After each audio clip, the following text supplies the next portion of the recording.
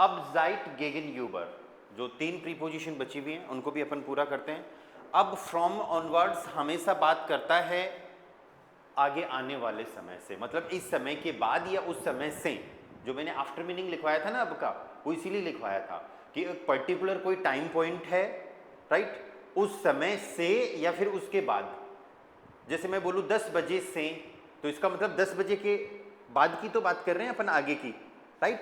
तो अब को हम हमेशा यूज कर रहे हैं अपकमिंग टाइम के लिए, अपकमिंग टाइम के लिए। अब वो अपकमिंग टाइम कोई सा भी हो सकता है, या वॉच का टाइम भी हो सकता है 10 बजे से 12 बजे से, वो डे टाइम भी हो सकता है, सुबह से, दोपहर से, शाम से, वो डेज भी हो सकते हैं, मंडे से, ट्यूसडे से, वेंसडे से, आई बात समझ में। वो मंथ भी हो सकता है, अक्टूबर से, नवंबर से, वो ईयर भी हो सकता है। मतलब टाइम इंडिकेटर जो फ्यूचर का इंडिकेशन दे, ठीक है। और यहां पर अब आप एक चीज ये देखो कि अपकमिंग टाइम से, आगे आने वाले समय से, तो फ्यूचर की सेंटेंसेज बनेंगे। और फ्यूचर के सेंटेंसेज जब बनाते हैं अपन, तो फिर हमको क्या यूज करना होता है, verb and plus infinitive use करना होता है। पर अब प्रीपोजिशन जब यूज करेंगे, देखो अब को डाटिव में लेते ही हैं, पर टाइम इंडिकेटर के साथ में हमें कोई आर्टिकल नहीं लगाना भी। या जैसे मेरे को बोलना हो मंडे से, तो अब के बाद में मैं मोन्टाग बोल दूंगा, अब मोन्टाग। मेरे को बोलना हो 10 बजे से, तो अब सेनुअर। या इवनिंग से, अब आबेंट, इवनिंग से। आई बात समझ में। टाइम इंडिकेटर की जरूरत नहीं पड़ती, और उसकी सॉरी आर्टिकल की जरूरत नहीं पड़ती। टाइम इंडिकेटर की जरूरत पड़ती है, आर्टिकल की जरूरत नहीं पड़ती। तो फिर डाटिव में क्यों? कुछ नाउन ऐसे आएंगे जहां पर आर्टिकल लगेगा। जैसे मोमेंट, मोमेंट सुना आपने, कई बार ऐसे बोलते हैं ना, जस्ट ए मोमेंट, है ना, किसी एक क्षण के लिए, पल के लिए। तो मेरे को बोलना हो कि इसी क्षण से, इसी पल से, तो अब आर्टिकल लगेगा, क्योंकि वो मोमेंट एक नाउन आ रहा है। हालांकि टाइम इंडिकेटर के अंदर भी नाउन ही है, पर जरूरत नहीं पड़ती आर्टिकल की। फिर जैसे मेरे को बोलना हो कि इसी क्षण से, तो फिर मैं बोलूंगा अब डेम मोमेंट, डाटिव आर्टिकल लगेगा ना, या डेर का डाटिव डेम। चलो, तो नेक्स्ट प्रीपोजिशन करते हैं। अपकमिंग टाइम, सिंस, सिंस हो गए, सिंस के लिए जाइट है, जाइट हो जाएगा अपने लिए पास्ट टाइम के लिए, पुराने समय से आप अगर कुछ कर रहे हो तो, राइट। यहां पर आपके प्रेजेंट के सेंटेंसेज बनेंगे, यहां पर आप लाइक पेपेशाई के सेंटेंसेज भी बना सकते हो। एंड गेगन यूबर अपोजिट टू, ये बिल्कुल अलग है। सो नेक्स्ट प्रीपोजिशन इज अब, from onwards. For example, okay, wir beginnen, wir beginnen den Kurs ab November. Wir beginnen den Kurs ab November. Month आ गया, नवंबर से हम कोर्स स्टार्ट करेंगे। अब इसमें वर्डन प्लस इंफिनिटिव की जरूरत नहीं पड़ी आपको सेकंड पोजीशन पे। क्यों? क्योंकि फ्यूचर का टाइम इंडिकेटर आ गया। फ्यूचर के सेंटेंसेज में हमने यही पढ़ा है ना, कि जब कोई ऐसा टाइम इंडिकेटर आ जाए जो फ्यूचर के समय की बात कर रहा है, जो काम अभी तक हुआ नहीं है, राइट, उसके लिए फिर अपन को वर्डन की जरूरत नहीं पड़ेगी। अगर आप इस वर्ब को ऐसे सेंटेंस को ऐसे बनाते, वर्ब एंड में चली जाती और सेकंड पोजीशन पे वर्डन आ जाती, वेयर वर्डन डेन कोर्स अब नवंबर बेगिनन, तब भी सही था वो, पर जरूरत नहीं होती। Okay, we will start the course from November onwards. हम नवंबर से कोर्स को स्टार्ट करेंगे, राइट। प्रीपोजिशनल पार्ट को अब प्लस टाइम इंडिकेटर को आप फर्स्ट पोजीशन पे भी ला सकते हो। जैसे अब एल्फ ओवर, अब एल्फ ओवर बेगिन्ट देयर फिल्म। यहां पर हम सिर्फ मूवी की बात कर रहे हैं, सिर्फ सब्जेक्ट है, ऑब्जेक्ट नहीं है। प्रीपोजिशनल ऑब्जेक्ट जरूर है एज ए टाइम इंडिकेटर। अब एल्फ ओवर बेगिन्ट देयर फिल्म, मूवी 11 बजे से स्टार्ट होगी, मतलब 11 बजे के बाद स्टार्ट होगी। तो यहां पर फ्रॉम ऑनवर्ड्स के लिए ये टाइम के केस में किसका मीनिंग दे रहा है? आफ्टर का मीनिंग भी दे रहा है, राइट। उसके बाद, इतनी बजे से मतलब उस टाइम के बाद। ओके, अब हॉइटर, अब हॉइटर का मीनिंग क्या हो गया? आज से, आज से, आज के बाद से। अब हॉइटर वॉन्ट एयर इन जयपुर, आज के बाद से कहां पर रहेगा वो? जयपुर में रहेगा। अब heute wohnt er in Jaipur. Okay. अब नाखमिटाग, अब नाखमिटाग का मतलब क्या हो गया? दोपहर बाद से, या अब नाखमिटाग रेगनेट एस यडनटाग, कि दोपहर बाद से रोजाना बारिश होगी। यडनटाग का मतलब क्या हो गया? Every day. टाग होता है डे, यडन मीन्स एवरी, या जैसे अपन गुटन टाग बोलते हैं वैसे यडन टाग होता है। गुटन टाग गुड डे के लिए और एवरी डे के लिए यडन टाग। एंड रेगनन, रेगनन का मतलब होता है टू रेन, बारिश होना। यहां पर एस इट सब्जेक्ट है कि अब नाखमिटाग दोपहर बाद से रोजाना बारिश होगी। एवरी यडेनाक्ट, हाँ, उसको फिर as a like adjective ending या फिर एज ए आर्टिकल यूज करेंगे, क्योंकि नाक्ट दी नाक्ट होता है ना, तो यडे हो जाएगा वो। ठीक है, यडे नाक्ट। ओके, ये चीज समझ में आई कि आपको? अब डेम मोमेंट, अब डेम मोमेंट, इसी क्षण से, अब डेम मोमेंट, या इसी क्षण से, इसी पल से, अब डेम मोमेंट ट्रैक्ट जी। जी कौन है? कोई लड़की। कैसे पता चला? वर्ब के कॉन्जुगेशन से, राइट? एरजी के साथ टी लगाते हैं ना, ईएन हटा के। सो अब डे मोमेंट ट्रैक्ट जी आइने ब्रील, इसमें ऑब्जेक्ट लगा दिया, आइने ब्रील, BRILLE। अब डे मोमेंट मतलब इसी क्षण से वह एक चश्मा पहन रही है। ब्रीले का मतलब क्या हो गया? स्पेक्स, चश्मा। त्रागन टू वियर, पहनना। त्रागन के दो मीनिंग होते हैं, टू वियर पहनना और किसी चीज को कैरी करना, राइट? किसी सामान को आप ढो के लाते हो, कैरी करते हो ना, तो दैट इज ऑल्सो त्रागन। ठीक है? हाँ, त्रागन टू वियर, टू वियर पहनना, कि अब डे मोमेंट ट्रैक्ट जी आइने ब्रील है। ठीक है, तो ये अब प्रीपोजिशन होगी कि आप किसी अपकमिंग टाइम से, जो भी फ्यूचर में कोई समय होगा, उस समय से आप कोई काम करोगे। जैसे मैं बोलूं कि कल से हम बुक पढ़ेंगे, तो अब मॉर्गन,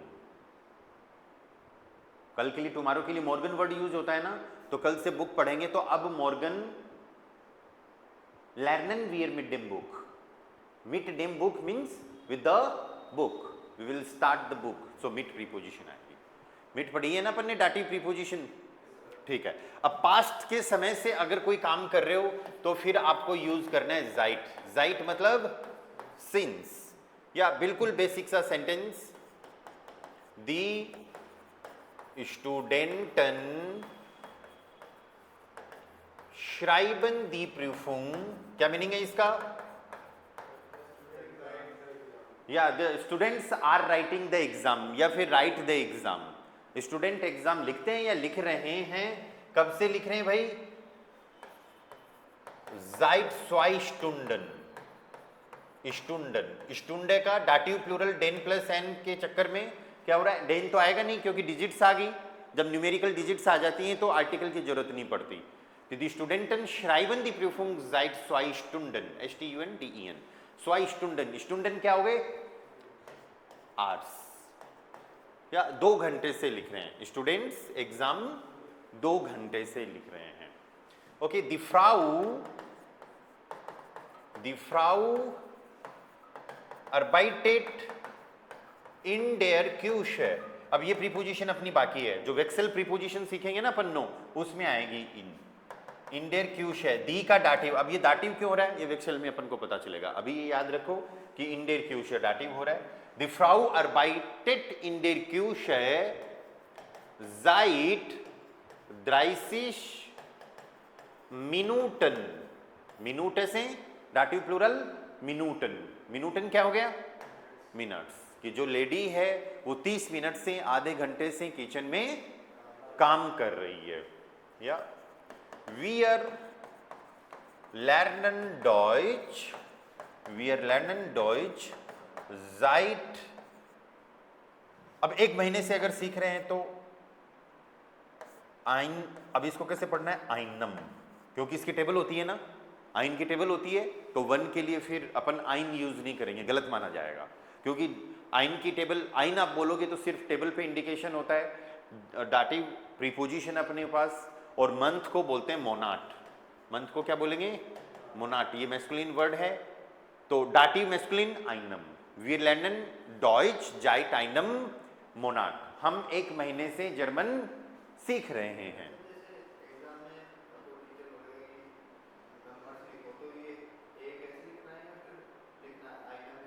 आपकी इच्छा। हाँ, पर एक टीचर ऐसे बोलेगा नहीं, क्योंकि ऐसा कोई पैटर्न ही नहीं है एग्जाम का। मोबाइल नंबर लिखना हो तो न्यूमेरिकल लिखो ना। मोबाइल नंबर लिखोगे, किसी का मोबाइल नंबर है 9 8 3 और फिर 2 टाइम्स 1 1 आता है, तो या तो एल्फ बोलो या फिर आइन आइन, तो इसका मतलब 3 लाइन तो मोबाइल नंबर से भर गई, राइट? तो उसकी जरूरत नहीं पड़ेगी आपको, न्यूमेरिकल लिखना है, ठीक है? Yes. The skinned, next sentence देखो, आप टॉपिक से बाहर चले जाते हो, हाँ टॉपिक पे रहा करो। द स्किन्ड मार्क्ड, द स्किन्ड मार्क्ड दी हाउस ऑफ गाबे, बच्चा होमवर्क कर रहा है। हाउस ऑफ गाबे क्या होता है? होमवर्क। द स्किन्ड मार्क्ड दी हाउस ऑफ गाबे या दी हाउस ऑफ गाबे, आकुजाटी में भी फिर दी रह जाएगा। या जाइट, जाइट 2 दिन से कर रहा है होमवर्क, 2 दिन से और कुछ कर ही नहीं रहा, होमवर्क ही कर रहा है, तो जाइट स्वाई। टाग सिंगुलर होता है, टाग है प्लूरल हो गया, ये लगते ही प्लूरल, लेकिन यहां पर क्या करेंगे? टागन, डेन प्लस एन, ठीक है? तो द स्किन्ड मार्क्ड द हाउस ऑफ गाबे जाइट स्वाई टागन, 2 दिन से बच्चा होमवर्क कर रहा है। जाइट प्रीपोजिशन होगी, पास्ट के समय के लिए जाइट और फ्यूचर के लिए अब। लास्ट जो प्रीपोजिशन आपकी बची है दैट इज गेगनयूबर। या ये 2 प्रीपोजिशन से मिलके बनी है, लेकिन इसका मीनिंग एक ही है। एक प्रीपोजिशन गेगन, याद है क्या आकुजाटिव में? अपोजिट टू, अगेंस्ट के लिए, तो ये अपोजिट टू वाला वो अगेंस्ट वाले मीनिंग है, राइट? यूबर अपनी वेक्शल में आएगी, पर इसका यहां कोई लेना देना नहीं है, पर एक प्रीपोजिशन बना दी इन्होंने, गेगनयूबर, अपोजिट टू, ठीक है? अब ये प्रीपोजिशन ऐसी है कि कई जगह टेक्स्ट में आप इसको सेंटेंस के बीच में भी मिल सकती है आपको ये, पर इसका रूल ये है, जैसे आकुजाटी में वो एक प्रीपोजिशन थी ना, एंटलांग, सेंटेंस के एंड में जाएगी, वैसे इसका मेन रूल तो ये है, इस प्रीपोजिशन को हम सेंटेंस के एंड में यूज करेंगे, लेकिन अगर आपको कहीं पे किसी टेक्स्ट में बीच में भी मिल जाए तो फिर ठीक है, चलने दो, इग्नोर, राइट? गलतियां नहीं निकालनी, हमको प्रोफेसर नहीं बनना, ठीक है? तो इस, हालांकि इस प्रीपोजिशन का रूल ये है कि गेगनयूबर जो है सेंटेंस के एंड में यूज होगी। या अपोजिट टू, अपोजिट टू का मीनिंग क्या हो गया? एक पर्सन या किसी, कोई प्लेस या किसी थिंग के दूसरी तरफ, दूसरी तरफ अपोजिट होना मतलब उसके अगेंस्ट। अगेंस्ट का मतलब खिलाफ नहीं होना, अगेंस्ट का मतलब ये है कि इसके सामने, पैरेलल बोल सकते हो या फिर सामने बोल सकते हो, या अपोजिट दूसरी तरफ, जैसे आप मेरे अपोजिट हो, उस तरफ हो, ठीक है? फॉर एग्जाम्पल, दस इंस्टीट्यूट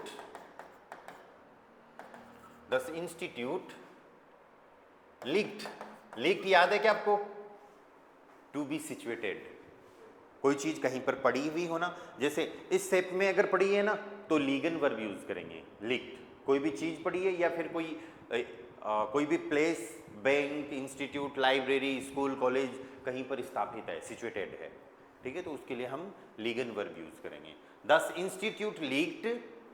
अब जो नेक्स्ट जो भी ऑब्जेक्ट आएगा उसका आर्टिकल उस प्रीपोजिशन के अकॉर्डिंग होगा, ना कि वर्ब के अकॉर्डिंग होगा। हालांकि आ तो वो वर्ब के बाद ही रहा है, पर प्रीपोजिशन का रूल ये है कि ये प्रीपोजिशन सेंटेंस के एंड में जाएगी, ठीक है? तो सेंटेंस क्या बना? दस इंस्टीट्यूट लीक्ड, और फिर किसके अपोजिट में है? Like post office, post office को बोलते हैं पोस्ट, पोस्ट ऑफिस को क्या बोलेंगे?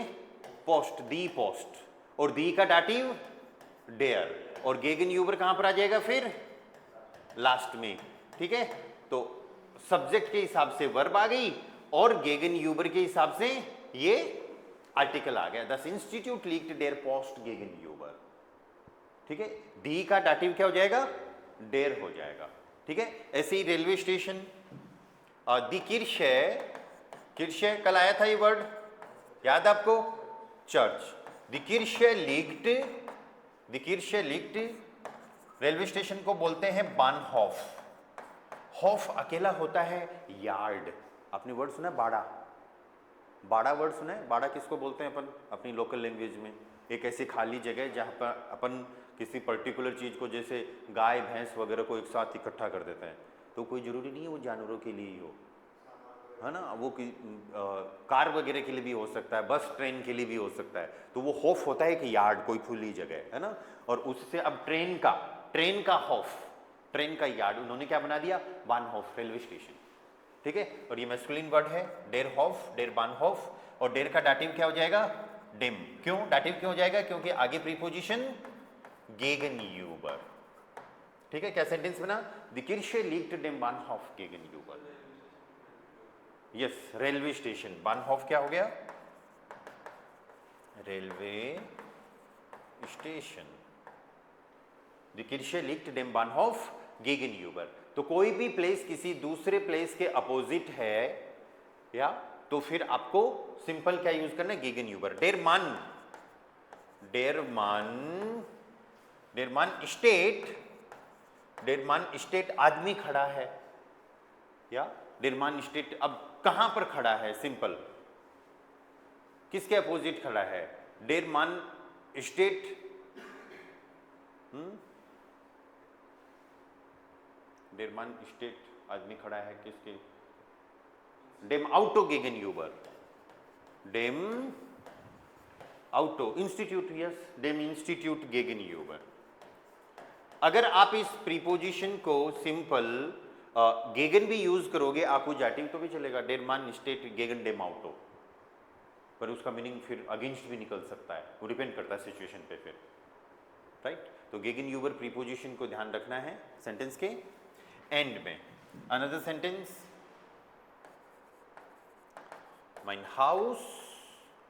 mein Haus ist deinem Büro gegenüber। मेरा घर जो है वो तुम्हारी ऑफिस के अपोजिट में है। ब्यूरो क्या हो गया, न्यूट्रल, दस ब्यूरो, ऑफिस। क्लियर है प्रीपोजिशन तीनों, कोई डाउट क्वेश्चन, ज्योति alles क्लियर, ठीक है, सब क्लियर है, तो फिर चलो ये टॉपिक यहीं एंड करते हैं अपन।